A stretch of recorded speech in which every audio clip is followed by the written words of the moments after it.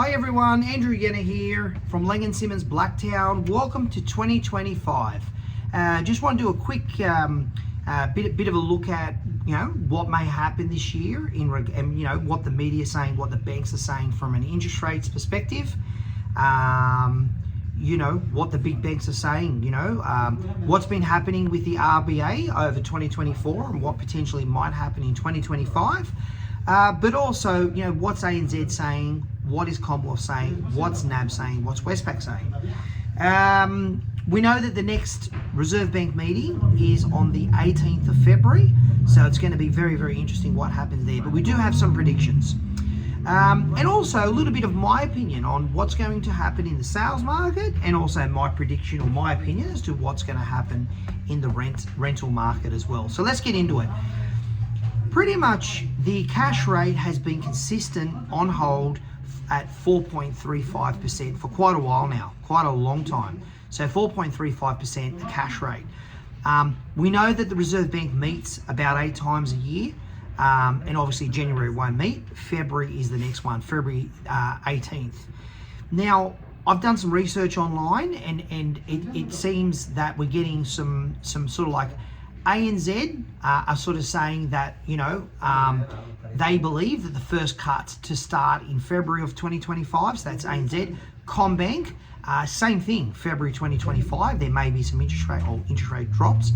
And potentially with National Australia Bank, the NAB, to be in May, and also Westpac. So in summary, ANZ and Commonwealth Bank are predicting for February.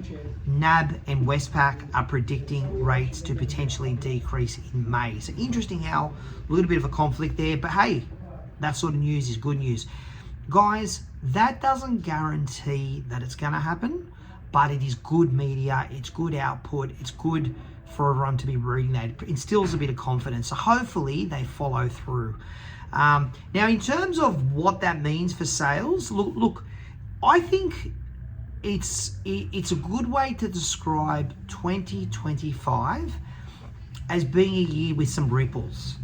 I think there's going to be times where we're going to see a little bit of growth, and other times where we see the market leveling or just adjusting a little bit as well. I think you're going to have ripples. I think that's a good way to describe it. I think, overall the market will be okay, but I don't believe we're going to see 5%, 10% growth this year. I really don't. I think from January to December, I personally think it'll be quite consistent. But like I said, with those little ripples along the way, that's just my opinion. In terms of the rental market, we've definitely seen a massive amount of growth post-COVID in the rental market. So 2021 to now, geez, the rental market's gone up. From an affordability perspective, I don't know if there's much more growth available out there when comparing to the average family household income. So I personally don't think there's a lot more rental growth out there, and I think the sales market will be quite consistent with little ripples along the way.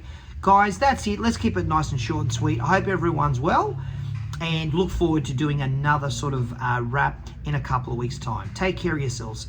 Goodbye.